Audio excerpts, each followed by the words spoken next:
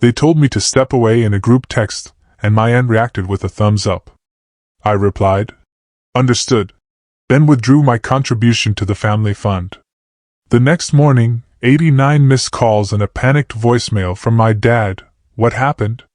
My only reply was, "I'm honoring your decision." That was before they realized what else I had taken.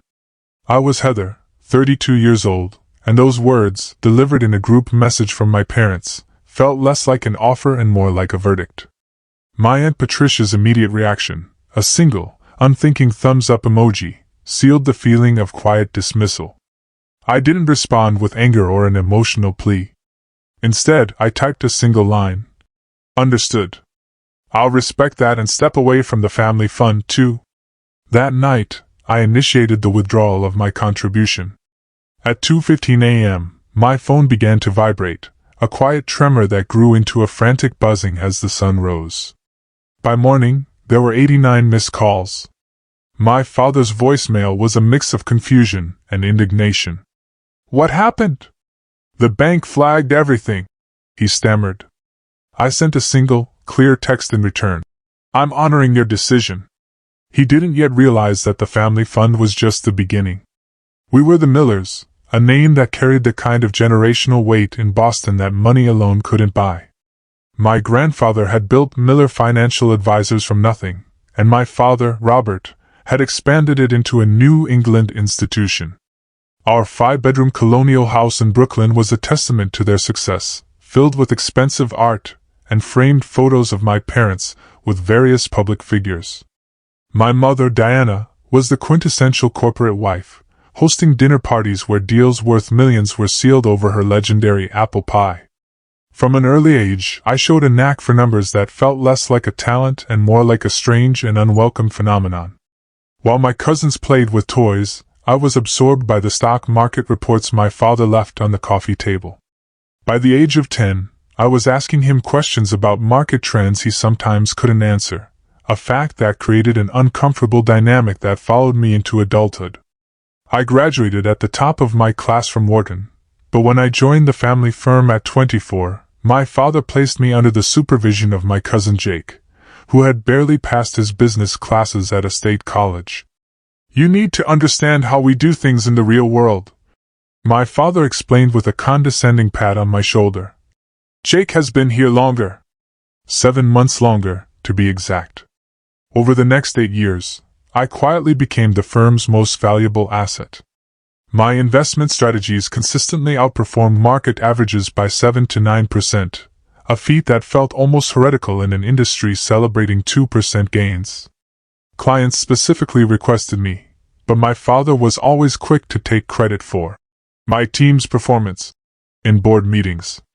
Beyond the business, there was the family fund, a $12 million pool that everyone contributed to and used for their various ventures and extravagances. My personal contribution had grown to $4.2 million, nearly 35% of the total. What no one knew was that I had been building my own separate investment portfolio since college. While they were vacationing in the Hamptons, I was meeting with startup founders. While they bought luxury cars, I was acquiring minority stakes in emerging tech companies. Last Thanksgiving, as my Uncle William made a toast to the Miller family business, where we all pull our weight and share the rewards equally, I smiled and raised my glass, making a silent mental note to accelerate my exit strategy. Our monthly family meetings were held in the mahogany-paneled conference room of our downtown office. I would present detailed analyses, only to have Uncle Richard interrupt with a patronizing tone. "That's all very technical, but what does your father think?" My mother would pull me aside afterward with infantilizing advice. "Honey, men don't like women who sound too smart.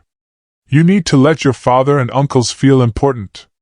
Aunt Patricia, who had never worked a day in the business but sat on the board, was particularly adept at taking credit for my ideas.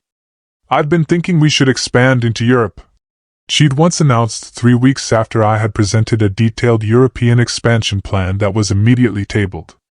Only my cousin Amanda seemed to understand. "They do the same thing to me," she confessed over lunch one day.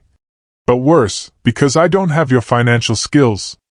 They just want me to marry someone useful to the business. Despite it all, I remained loyal. I held on to the belief that eventually my contributions would be recognized. By my 32nd birthday, my personal investments had quietly grown to $17 million. I kept it a secret, buying a beautiful brownstone in Back Bay under an LLC and hiring a small, loyal team to work for me, separate from the family business. I even secured patents for several financial algorithms I had developed in my spare time. I never flaunted my success. I drove a modest car, lived well below my means, and showed up at Miller Financial every day to make money for people who didn't appreciate me. Some might call it strategic patience. Others might call it conflict avoidance. Either way, it was about to change. The quarterly planning meeting last month began like any other. I had prepared a comprehensive presentation on a new investment strategy, but I had barely gotten through my second slide when Uncle Richard cleared his throat dismissively. "This all seems unnecessarily complicated," he said. "Actually," I replied, trying to keep my voice even, "our client surveys indicate they're specifically coming to us for more sophisticated approaches." My father tapped his pen on the table, a signal I knew meant he was losing patience. "Heather, theory is one thing, but we deal in practical realities here. This isn't theory," I pressed on. "I've already implemented this with the Westfield portfolio as a test case. They've seen a 14% return in just one quarter." A stunned silence filled the room. Then my father's voice, cold and firm, broke through. "You implemented this without authorization. That's not how we do things here.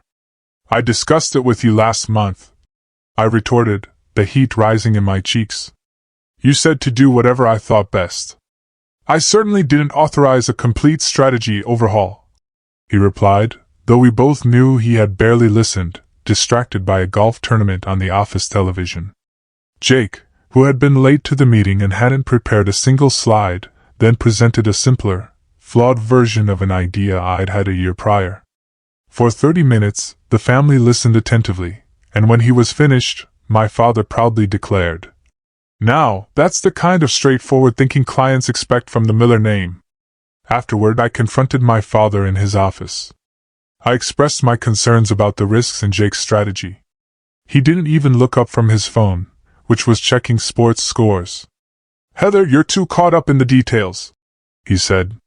"You know what your problem is? You've never trusted the family way of doing things." He ended our conversation with the familiar refrain, "You're still learning how things work in the real world." I was 32 years old, managed over $300 million in client assets, and had helped double the firm's value in 8 years. And I was still learning. As I left his office, I overheard Aunt Patricia in the break room. "Heather's presentations give me a headache," she was saying. "She's trying to make the rest of us feel stupid." My uncle agreed. "The girl doesn't understand our culture. Never has." A cold, heavy realization settled in my stomach. I went back to my office, closed the door, and for the first time, allowed myself to accept what a part of me had always known. I would never be fully respected in this family or its business. Over the next week, the slights escalated. My father translated my tax strategies for a client, watering down my advice to the point of inaccuracy. Jake presented one of my risk assessment models as his own. The final straw came when I arrived for a meeting with our largest client, only to find it already in progress. Through the glass walls of the conference room, I watched as my father and Jake showed my presentation slides, exchanging celebratory glances. Later that day, I discovered a family strategic retreat had been planned for the weekend, and I wasn't invited. That night, sitting in my home office, I finally whispered the words to the empty room. Enough. 3 days later, on a Friday afternoon, my phone buzzed with the group message. My father's words spelled out my new, demoted role, and the family's responses. "Completely agree, smart move, happy to take over her accounts," came flooding in. I felt an odd sense of calm. After all the revenue I had generated, this was how it ended. I waited 17 minutes before replying. "Understood. I'll respect that decision and step away from the family fund, too." I then opened my laptop and initiated the withdrawal of my entire contribution, a total of $4.2 million, plus another $1.7 million in growth. The family fund had always operated with a liquidity requirement, and while the withdrawal wouldn't bounce, it would cripple the fund's capacity. I sent a formal email to our family attorney, put my phone on silent, and retrieved the documents I had meticulously organized over the years: patents, contracts, evidence of my independent business entities. I made myself a cup of tea and sat in my living room, watching dusk settle over the city. A small part of me felt a twinge of sadness at the bridge I was burning, but a stronger part felt something else: liberation. My phone started buzzing around 7:03 p.m. I ignored it, turning on a movie and ordering my favorite takeout. At exactly 10:47 p.m., my father's specific ringtone began to sound. I let it go to voicemail, and then on the fourth call, I turned my phone off completely. I slept surprisingly well. When I turned my phone back on at 7 a.m. Saturday, I had to wait several minutes for the notifications to finish loading: 64 missed calls, 127 texts, 17 voicemails.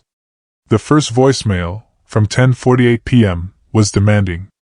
"Heather, it's Dad. Call me immediately about this fund transfer." The messages grew more urgent through the night.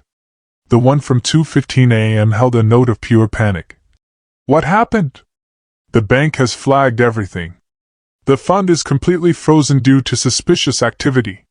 You need to call me back right now."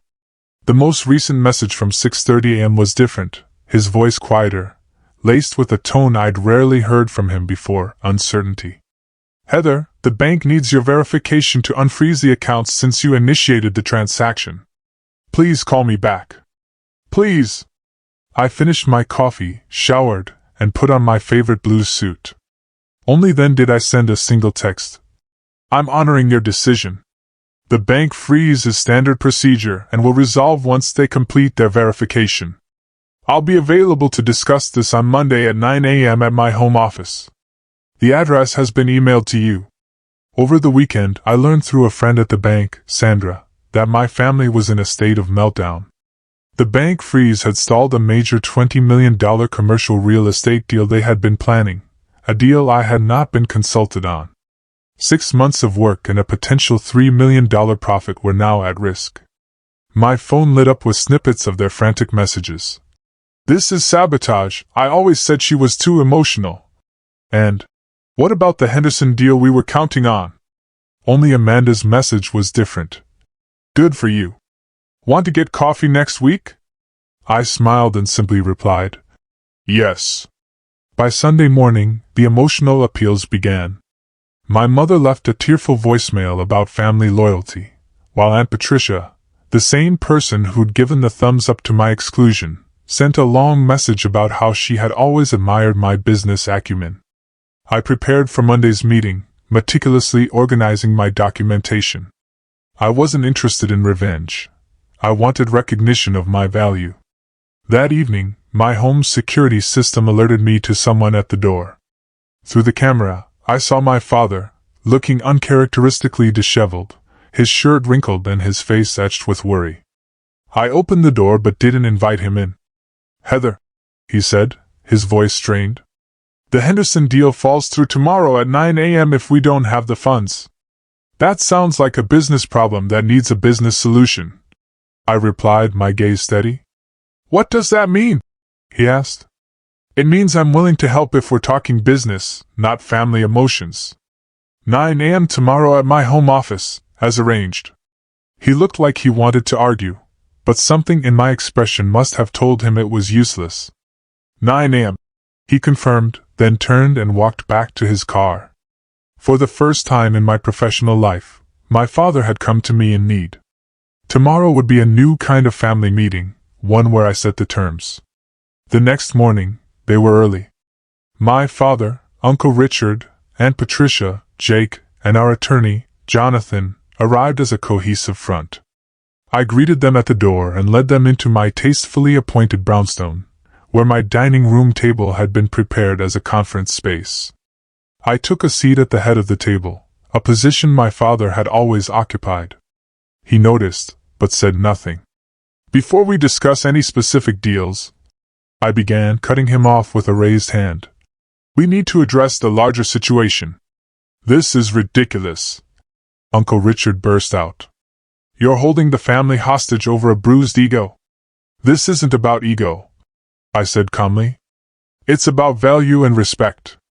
For 8 years, I've consistently generated returns far above the market average, and in return, my contributions have been treated as an afterthought. That ends today. Jake broke the silence with a dismissive laugh. This is all very dramatic, but let's be realistic.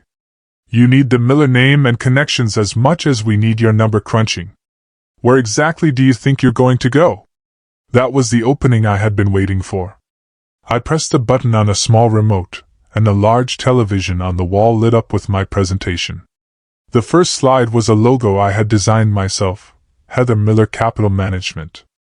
I've been operating my own investment firm as a separate entity for the past 4 years, I explained, advancing to a slide showing impressive growth charts. My personal clients have enjoyed average returns of 17%. My family's stunned expressions gave me a satisfaction I tried not to show. I continued, revealing the 7 patents I held for financial algorithms, my client list, and the fact that 17 of Miller Financial's clients had personal service agreements with me, allowing them to follow me if I left. The room fell silent as they processed the full implications. What do you want, Heather? My father asked quietly, a new tone of respect, tinged with regret, in his voice.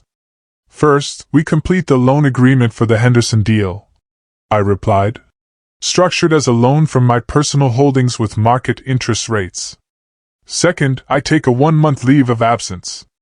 Third, we reconvene in 30 days to discuss either my return under new terms, or my formal departure and the transition of my clients. Jonathan, our attorney, advised them to accept.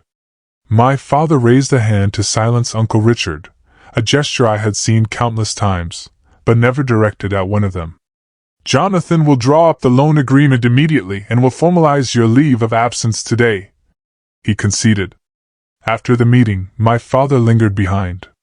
We were alone, and he looked around my home with new eyes, finally seeing the success I had built independently. I underestimated you, he said. I've been doing it your entire life, haven't I? The family meeting in 30 days will be an opportunity for a fresh start, I told him. He nodded, looking suddenly older. Your grandfather would have been impressed, he said. He valued results and determination above everything else. The next 30 days were a critical period of adjustment. I focused on my independent business and took time for myself. I also met with Amanda, who had found the courage to start interviewing with design firms. I've seen what's possible now, she told me with a smile.